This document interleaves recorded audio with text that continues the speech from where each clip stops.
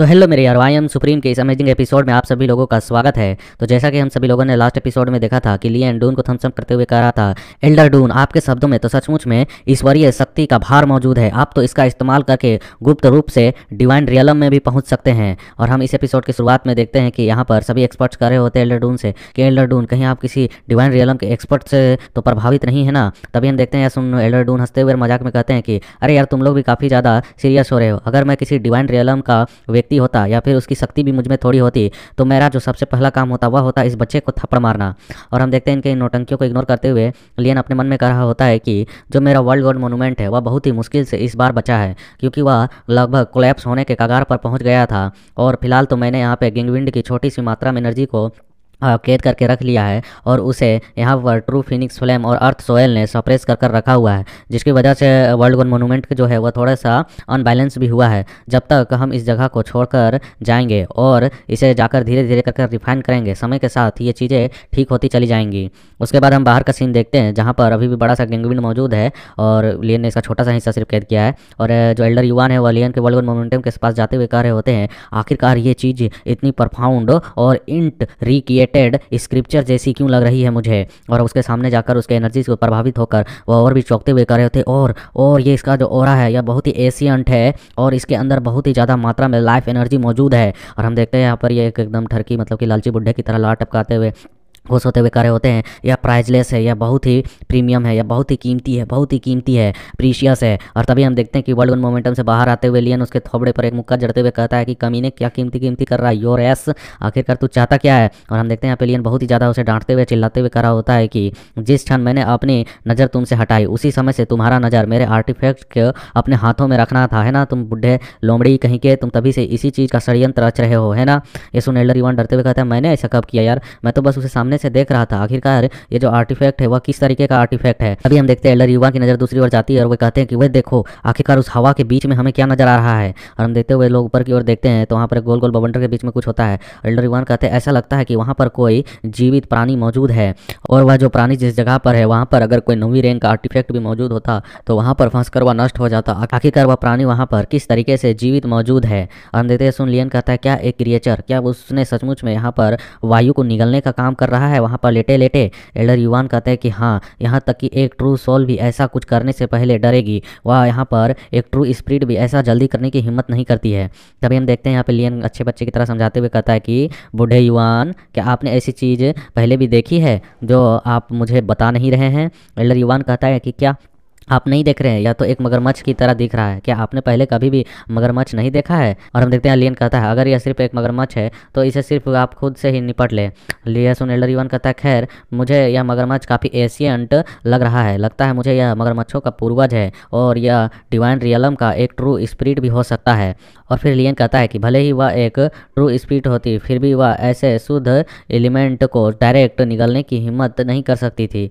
Elder युवान कहते, कौन जानता है आखिरकार किसने एक ट्रू स्पिरिट की शक्ति के सीमा को देखा है। किसी ने भी उसकी सीमा को नहीं देखा है और ना ही उसके बारे में कुछ कहा गया है मौजूदा समय में। और हम देखते हैं ड्रैगन कह रहा होता है, फिर भी इस बारे में कुछ तो गड़बड़ लग रही है मुझे। और वह सोचते हुए इन लोगों को बताता है कि मैं विश्वास करता हूँ कि एक ट्रू जो स्पिरिट है उसकी जो फिजिकल बॉडी है वह उसका उपयोग करके वहाँ पर उस विंड का सामना तो कर सकता है, लेकिन वास्तव में उसे निगलने जैसा काम करना यह केवल उन प्राणियों के लिए संभव हो सकता है जो सीधे एलिमेंट के कोर से ही पैदा हुए हों। और दूसरी अनुमान लगाया जाए, अगर इसका उदाहरण दूं तो जैसे हमारा फिनिक्स ट्रू फ्लेम है वह उसके कोर से जन्मा है, या फिर हम यहाँ पर प्रीमिडियल स्टोन बीस्टो का बात कर सकते हैं जैसे हमारा लिटिल स्टोन है, और यहाँ पर एक अर्थ बियर का भी बात कर सकते हैं। वह सभी जो होते हैं अपने एलिमेंट के कोर से पैदा हुए होते हैं, तो वह अपने एलिमेंट की एनर्जी को यहाँ पर अवशोषित करने का काम कर सकते हैं। लेकिन यहाँ पर जो विंड है उसकी सोल स्पिरिट के बारे में मैंने कभी भी इस तरीके की बातें नहीं सुनी है कि जो इसके कोर से पैदा हुआ हो और एक मगरमच्छ की तरह दिखता हो। एक ट्रू विंड स्पिरिट कभी भी इस तरीके के रूप का हो, मैंने इसका जिक्र कहीं नहीं सुना है।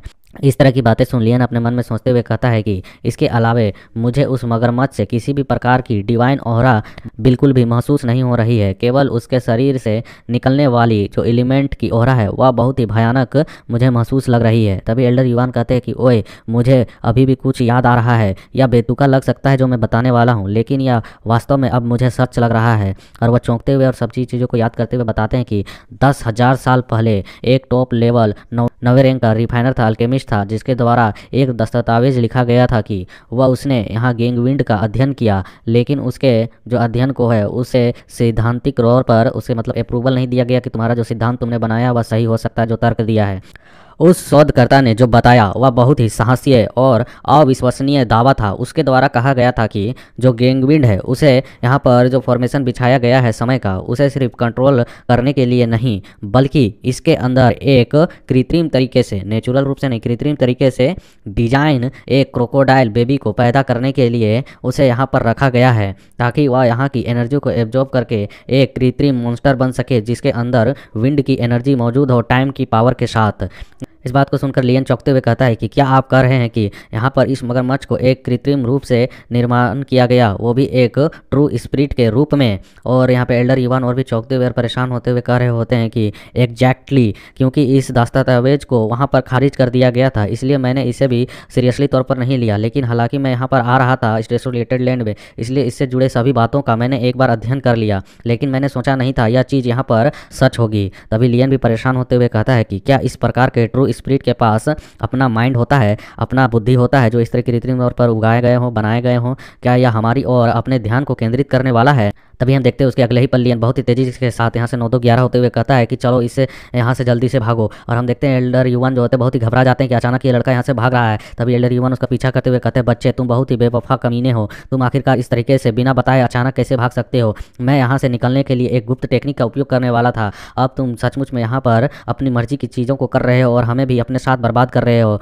तुम यहाँ खुद को, दूसरों को नुकसान पहुँचा रहे हो। और हम देखते हैं लियन बहुत ही 90 की स्पीड में भाग रहा था, कह रहा था डैम डैम मैं कुछ भी नहीं सुन रहा हूँ, मैं यहाँ से पहले निकलने वाला हूँ, नहीं तो उस मॉन्स्टर के द्वारा यहाँ पर खा लिया जाऊंगा। तभी हम देखते हैं इस मॉन्स्टर को जो अपने मुंह को वहाँ से बाहर की ओर निकालता है और एक विंड की एनर्जी इनकी ओर फेंकता है, और जिससे विंड की पावर्स में हम देखते हैं ये दोनों कैप्चर भी हो जाते हैं। एल्डर युवान कहते हैं, ओ नो, वह चीज़ हमें यहाँ पर रोकने की, फंसाने की कोशिश कर रही है, अपने और खींचने की। और हम देखते हैं यहाँ पर जो क्रोकोडाइल होता है वह अपनी और भी ताकत को लगाने लगता है, जिसकी वजह से हम देखते हैं यहाँ पर लियन जो होता है वह बहुत ही ज़्यादा घबरा जाता है, इसकी फट जाती है और वह कहता है यहाँ पर चिल्लाते हुए कि एल्डर डून कृपया करके अपने डिवाइन शब्दों का उपयोग करें और हमें आशीर्वाद दें कि हम इस आपदा से बच सकें। तभी हम देखते हैं यहाँ पर जो डून होता है वह कह रहा होता है कि बच्चे तुम यहाँ पर एक अच्छे किस्मत को लेकर आए हो, एक तुम आदिम्य व्यक्ति हो, आखिरकार तुम इस तरीके से अपराजित कैसे हो सकते हो? तुम हेवन के द्वारा भेजे गए एक उभरता हुआ सितारा हो, तुम्हारा जैसा सौंदर्य रखने वाला अद्वितीय व्यक्ति कोई और नहीं है। तुम जाहिर तौर पर यहाँ से सफलतापूर्वक स्कोर को तोड़ते हुए बाहर की ओर निकलोगे। और हम देखते हैं यहाँ पर वो निकले चाहे ना निकले, लेकिन ड्रैगन ने यहाँ पर विंड को निकल लिया होता है और वह यहाँ पर उस विंड को निकलने के बाद अपने मुंह को बंद करता है और शांति से थोड़ी और सामने की ओर घूरता है। जब उसे कोई नजर नहीं आता है तो वह वापस से वहाँ डेसोलेटेड लैंड में लैंड हो जाता है नीचे ज़मीन की ओर, और वहाँ पर आकर मस्त डकार मारता है, आँखों को बंद करके एक गोल गोल रानी वाले शेप में आकर सो जाता है एक लंबे समय के लिए। और हमें उसके पेट के अंदर का सीन दिखाया जाता है जहाँ पर विंड अभी भी जा रहा होता है और इसी विंड के अंदर वे दोनों फंसे हुए होते हैं और आकर सीधे एक जगह पर टकराते हैं। दोनों की बॉडी वहीं पर गिरती है जो एक पाइप जैसा चीज़ होता है। और हम देखते हैं लियन को जिसकी हालत एक सीधे हुए आलू की तरह होती है और वह कह रहा होता है कि आखिरकार यहाँ पर हो क्या रहा है? मैं हवा का विरोध करने के चक्कर में अपनी सारी ताकत को खो चुका हूँ, अब मेरे पास थोड़ी सी भी ताकत नहीं बची है कि मैं यहाँ से हिल सकूँ। तभी वह एल्डर युवान की ओर देखते हुए कहता है, ओल्ड युवान, बुढ़े युवान, क्या तुम मर गए? क्या तुम जिंदा हो ओल्ड युवान? और हम देखते हैं फिर वो अपने लात से उसके बॉडी को हिलाने की कोशिश करता है कि यह जिंदा है, बुढ़ा की मर गया, और वह कुछ भी रिएक्ट फिर नहीं करता है। तो हम देखते हैं लियन अपने पास से उसी डिमोनिक ट्रेजर को निकालते हुए कहता है कि मुझे लगता है यह बंदा मर चुका है, तो मुझे इसकी सोल बॉडी को अपने सोल पपेट को खिला देना चाहिए, अवशोषित कर लेना चाहिए। तभी हम देखते हैं एल्डर युवान जगते हुए कहते हैं, तुम निर्दयी कमीने, तुम आखिरकार इस समय में भी इस तरीके से बातें कर रहे हो, तुम अभी भी मुझे एब्जॉर्ब करने के बारे में सोच रहे हो? लियन कहता है कि एक व्यक्ति की क्षमता उसके कड़ी स्थिति में ही पता चलती है, अगर तुम बुरे से बुरी स्थिति में नहीं पहुंचोगे तब तक तुम्हें पता नहीं चलेगा तुम्हें अरे अंदर कितनी शक्ति है वहां से निकलने के लिए। इसलिए चिंता मत करो, तुम यहाँ पर बस गायब मत होना, मैं तुम्हें किसी न किसी तरह से अपने उपयोग में ले ही आऊंगा। यहाँ पर एल्डर युवान चिल्लाते हुए कह रहे होते हैं, तुम कमीने सबसे पहले तो इस सोल डिवाउरिंग बैनर को मुझसे दूर करो। मैंने तुमसे पहले ही कहा था कि हमें इन चीज़ों से, इन जगहों से दूर रहना चाहिए, तुमने मेरी बात मानी नहीं। अब देखो हम किस तरीके के जगह पर आकर फंसे हुए हैं। तभी हम देखते हैं कि उन्हें अचानक एक अजीब सी चीज़ नज़र आती है। हमें दिखाया जाता है कि लियन के जैसा ही दिखने वाला एक और बंदा वहाँ पर किसी तरह के एनर्जी फॉर्म में बना होता है। वहाँ पे चारों ओर इन्हीं लोगों का चित्र बना होता है और वे लोग बैठे हुए होते हैं और उन घटनाओं को दोहरा रहे होते हैं जो कुछ समय पहले दोहराए थे। और इन चीज़ों को देखकर वे लोग कह रहे होते हैं आखिरकार यहाँ पर चल क्या रहा है, यहाँ पर आखिरकार क्या गलत है। और हमें दिखाया जाता है यहाँ पर उसी समय का सीन चल रहा होता है जब वे लोग यहाँ पर आने वाले थे उससे पहले का। और लियन खड़ा होकर कहता है, क्या ये जो चित्र यहाँ पर दिखाई दे रहे हैं क्या वो उस समय के नहीं लगते हैं जिस समय यह सील यहाँ पर टूटा हुआ नहीं था? वह उस उससे कुछ देर पहले का है ना। और लियन वहाँ पर खड़ा होकर कह रहा होता है यदि यह मगरमच्छ यहाँ पर टाइम के पावर्स के साथ पैदा हुआ है तो लगता है कि हम यहाँ पर उसके पेट में एक टाइम के सॉलिड पॉकेट में फंस चुके हैं। ये सुन एल्डर युवान कहता है क्या आखिरकार टाइम के सॉलिड पॉकेट में, आखिरकार तुम कहना क्या चाहते हो? और वह यहाँ पर सोचते हुए बताता है कि यह जो चीज़ है यह समय की दरार है जिसमें हम अब फंस चुके हैं। एल्डर युवान चौंकते हुए कहते हैं वाट, आखिरकार समय की दरार, यह तुम क्या कर रहे हो? और वह खड़े होकर लियन के पीछे पीछे जाते हुए कह रहे होते हैं कि इस प्रकार के अंतरिक्ष में बचकर निकलना लगभग असंभव होता है जब तक कि आपके पास अंतरिक्ष को नष्ट करने वाला सॉवरेन लेवल की शक्ति ना हो। लियन कहता है हालांकि कुछ अजीब तो मुझे लग रहा है, इस जगह पर बिल्कुल भी क्यूआई एनर्जी मौजूद नहीं है। यहाँ तक कि एक मृत्यु क्षेत्र में भी क्यूआई की थोड़ी सी तो एनर्जी होती है, लेकिन यहाँ पर क्यूआई एनर्जी बिल्कुल भी स्पष्ट तौर पर नष्ट हो गया है, साफ कर दिया गया है। इसके अलावा हम यहाँ पर हवा के द्वारा पहुँचे हैं, इसलिए मुझे लगता है कि यहाँ से निकलने का भी रास्ता जरूर होगा। और एल्डर युवान यहाँ कर रहे होते हैं कि क्या आपको लगता है कि यह समय का जो दरार है वह उस व्यक्ति के द्वारा कहीं जानबूझकर तो नहीं बनाया गया होगा जिसने यहाँ पर टाइम बैरियर को बनाकर इस गैंगविंड के मगरमच्छ को रोकने की कोशिश की, यहाँ पर पैदा करने की, बनाने की कोशिश की और इस मगरमच्छ के पेट के अंदर इस तरीके का एक जगह भी क्रिएट कर दिया? लियन कहता है यह संभव भी हो सकता है। यदि ऐसा है तो जिस व्यक्ति ने इस फॉर्मेशन का निर्माण किया है वह सचमुच में बहुत ही टैलेंटेड रहा होगा। और लियन नीचे के सीन्स को देख रहा होता है जहाँ इनकी परछाई उन्हीं कामों को दोहरा रही होती है। और लियन कहता है यदि यह एक इल्यूजन है तो भी हमारे पास इससे मुक्त होने का एक अवसर है, लेकिन यह अनंत रूप से फैलने वाला अंतरिक्ष है तो यह सचमुच में हमें बर्बाद करने वाला है। तभी लियन तक आवाज़ आती है कि जब बात आ गई है इस तरह की तो इसे अब मुझ पर छोड़ दो। और हम देखते हैं वहाँ एल्डर युवान बैठकर किसी तरह के चीज़ों को सोच रहे होते हैं, शायद अपने किसी टेक्निक का उपयोग कर रहे होते हैं। लियन अपने मन में कहता है कि मुझे लगता है कि वे अपनी सोल को आसपास के वातावरण के साथ मिलाने की कोशिश कर रहे हैं और एक गुप्त टेक्निक का उपयोग कर रहे हैं ताकि वह इस अंतरिक्ष के नियमों को और इसके शक्तियों को महसूस करके समझ सके। एल्डर युवान गाओहान के पास अपनी क्यूआई एनर्जी जो है वह पूरी तरह से नहीं है और ना ही इसे प्राप्त करने का यहाँ पर कोई स्रोत है, और वह जो भी जादू करते हैं उसमें बहुत ही ज़्यादा क्यूआई एनर्जी खर्च होती है, लेकिन कोई दूसरा विकल्प भी नहीं है। जितना ज़्यादा समय हम यहाँ बिताएंगे वह हमारे लिए उतना ही बुरा होगा। तभी लियन उसकी ओर जाते हुए कहता है कि क्या आप इससे तोड़कर निकलने का कोई रास्ता ढूंढ पाएँ? तो एल्डर युवान परेशान होते हुए कह रहा होता है यह फॉर्मेशन अनगिनत युगों से यहाँ पर मौजूद है और काफ़ी पुराना हो गया है और क्षतिग्रस्त भी है, लेकिन यह अभी भी बहुत बेचैन कर देने वाला है और इसके अनेक रूप हैं।